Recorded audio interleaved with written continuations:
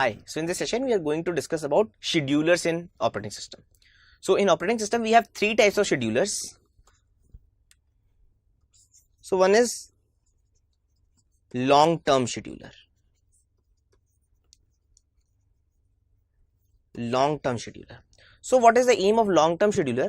So ये सारे वो प्रोसेसेस को उठाता है कि न्यू से रेडी स्टेट में किस किस को लेके जाना है. न्यू स्टेट में हमारे पास प्रोसेसेस पड़े हुए हैं, उनमें से किस किस को मैं रेडी स्टेट में भेजूं, ये किसका काम होता है? लॉन्ग टर्म शेड्यूलर का काम होता है. सो ये जो लॉन्ग टर्म शेड्यूलर है, ऐसा क्यों बोल रहे हैं हम, ऐसे सारे के सारे क्यों नहीं भेज रहे? बिकॉज ये कंट्रोल करता है degree of multi programming. Degree of multi programming को कंट्रोल करता है. दैट मीन्स जितने प्रोसेसेस नए क्रिएट हो रहे हैं उतने ही डिपार्चर हों. ऐसा कुछ होता है कि मैं उतने ही प्रोसेस रेडी स्टेट में भेजूंगा, उन्हीं पे काम करने को बोलूंगा जितने प्रोसेस एवरेज निकल भी रहे हैं. So average rate of incoming is average rate of departure. वो मेंटेन करने के लिए वो degree of multi programming maintain करता है. ये मेन काम होता है लॉन्ग टर्म शेड्यूलर का. सो किन प्रोसेस को न्यू से रेडी स्टेट में भेजना है ना. Now there is another type of scheduler, that is short term scheduler या सीपीयू शेड्यूलर और सीपीयू शेड्यूलर. ये वो बोलता है कि किस प्रोसेस को रेडी से रनिंग स्टेट में शेड्यूल करना है. किस प्रोसेस को रेडी से रनिंग स्टेट में शेड्यूल करना है. रेडी से रनिंग मतलब किसको एक्चुअली मेमोरी दे देनी है, अब सीपीयू को एक्सेस दे देना है. ये एक ही प्रोसेस होता है. रेडी क्यू में बहुत सारे प्रोसेस पड़े होंगे, उनमें से किस प्रोसेस को मैं एक्चुअली रनिंग स्टेट में भेजूं, ये किसका काम होता है? सीपीयू शेड्यूलर का. सेलेक्ट करना होता है सीपीयू शेड्यूलर का काम, एंड एक्चुअली मेमोरी देना काम होता है डिस्पैचर का.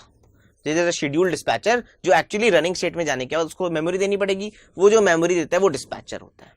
सो शॉर्ट टर्म शेड्यूलर का काम है या रेडी स्टेट में बहुत सारे प्रोसेस पड़े हुए हैं, उनमें से किस प्रोसेस को रनिंग स्टेट में शेड्यूल करूं. सिलेक्शन काम है शॉर्ट टर्म शेड्यूलर का, एंड डिस्पैचर का काम है एक्चुअली मेमोरी देने का, है ना.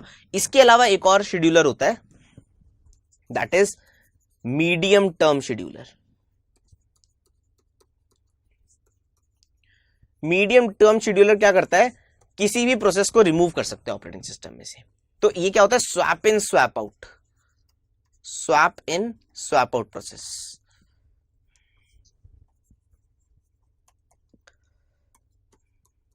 मीडियम टर्म शेड्यूलर है and it can swap in and swap out. क्यों कर रहे हैं हम swap in swap out? So कोई प्रोसेस P1 है एंड कोई प्रोसेस P2 है ना. P1 मेमोरी में चल रहा था, रनिंग स्टेट में था, लेकिन उसको क्या हुआ? इनपुट आउटपुट की जरूरत पड़ गई. सो मैं चाहता हूं कि ये प्रोसेस P2 से स्वैप हो जाए, सच दैट ये P1 जब वापस हो जाए ना, जब इसका इनपुट आउटपुट का काम खत्म हो जाए, तो ये उसी स्टेट से वापस चालू कर दे जहां पर ये इनपुट आउटपुट के बाद से हमें काम करना शुरू करना है. सो ये जो काम है कि इस प्रोसेस को रोकना और दूसरे प्रोसेस को उसका स्वैप आउट करके देना, एंड वापस जब ये प्रोग्राम आए तो इसको दोबारा से उसी स्टेट से चलाना जहां ये छोड़ के गया था, ये कौन करता है? मीडियम टर्म शेड्यूलर करता है. सो हर शेड्यूलर का अपना अपना काम है, तीनों के अपने अपने यूज केसेस हैं. लॉन्ग टर्म शेड्यूलर क्या था? लॉन्ग टर्म शेड्यूलर वाज कि यार किन प्रोसेस को न्यू से रेडी स्टेट में भेजूं, सच दैट मेरा जो एवरेज रेट ऑफ इनकमिंग है is average rate of departure रहे. शॉर्ट टर्म शेड्यूलर का काम क्या है? या रेडी स्टेट में बहुत सारे प्रोसेसेस हैं, उनमें से किसको एक्चुअली रनिंग स्टेट में भेजना है, वो किसका काम है? शॉर्ट टर्म शेड्यूलर का. उसका सिलेक्शन का काम है, डिस्पैचर का काम है एक्चुअली मेमोरी देना. मीडियम टर्म शेड्यूलर का क्या था? यार कोई प्रोसेस चल रहा है, उसको इनपुट आउटपुट चाहिए अब, तो यार मेमोरी में इतने में दूसरा प्रोसेस भेज सकता हूं, तो let's swap in swap out.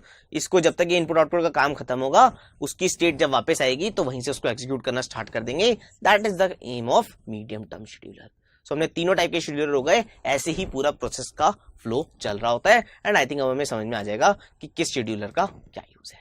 Okay, thank you.